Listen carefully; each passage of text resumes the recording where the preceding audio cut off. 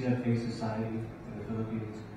And our chief mission and goal is to advocate for the highest levels of ethical and professional standards in the global financial markets.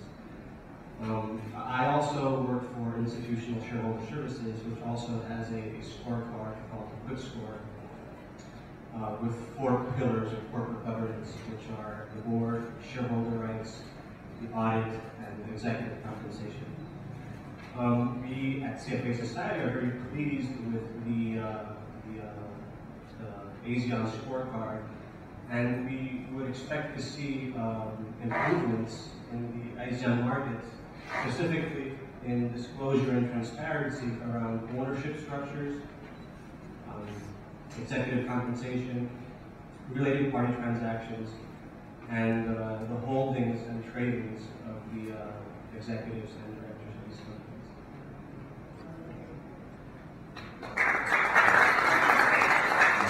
The corporate secretary just last Wednesday, and he's the corporate secretary for a publicly listed company. And he said that in one of the board meetings that they've had, one of the directors said, I don't know why we're doing all this corporate governance because it doesn't seem very important to me. And I think that's a part of the mindset that we have to face with regards to a lot of the key decision makers or chairmen, or I'm not saying that everybody does it, but this is actually related to me by a corporate secretary. So again, I mean, how can we bridge that sort of, what are your ideas in terms of changing that mindset from the demand side point of view? How does IFC do it? How do you convince people to go through this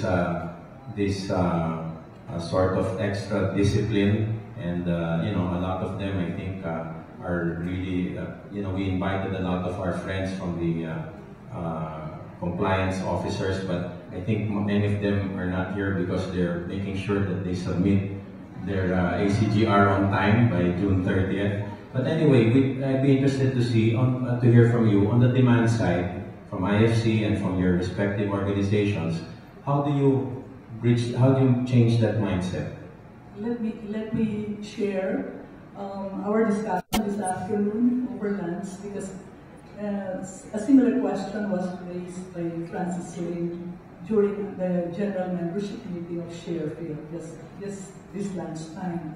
And the question is quite similar, saying that with all this, knowing all the advantages of having corporate governance in place in your respective organizations, why is it that people or the management or the board of directors or the owners of companies, even publicly listed ones, PLCs of them, do not appreciate the value and say that, well, we're just doing this in order to comply because the regulators have laid down rules to have a code of corporate governance, and here comes the ASEAN scorecard. You just have to do all of this. What I personally really want to see is that these are not done only for compliance purposes, but it should really be something that will be embraced by the whole organization. So I think the tone at the top would set that values in the company, in the organization. But the speaker, who is Mr. Joe Willie, said that unless and until they see the need, for example, to access credit, then that's the only time that they will do it. That was his insight. So that's all that I could share on that question. Ideally, we should really embrace that culture and not just pay lip service because it's required. Well, probably we haven't realized the importance simply because credit is readily available today. Okay, actually it's so cheap. But when the tap is turned off and credit becomes difficult to access once again, then maybe the decision makers would see the importance then. But if they only act in the future, then it would already be too late. Second is, when we approach ASEAN 2015, and the Philippines now will be compared to our neighbors in the region, then benchmarking would be very important, and we have to meet the grade. A failure to do so would leave us behind, whether it's a company or a nation. Remember, we will be compared in the future with Singapore and Malaysia.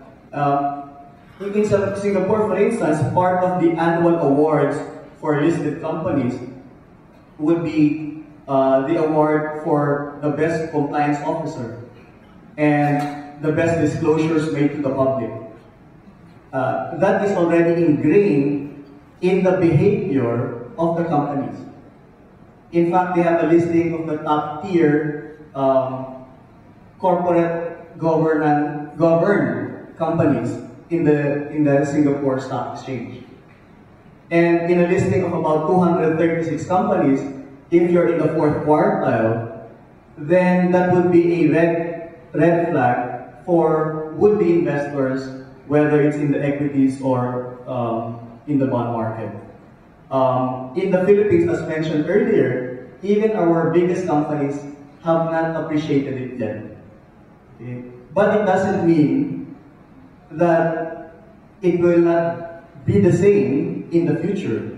And in this case, it's in the near future. We're just talking about 2015.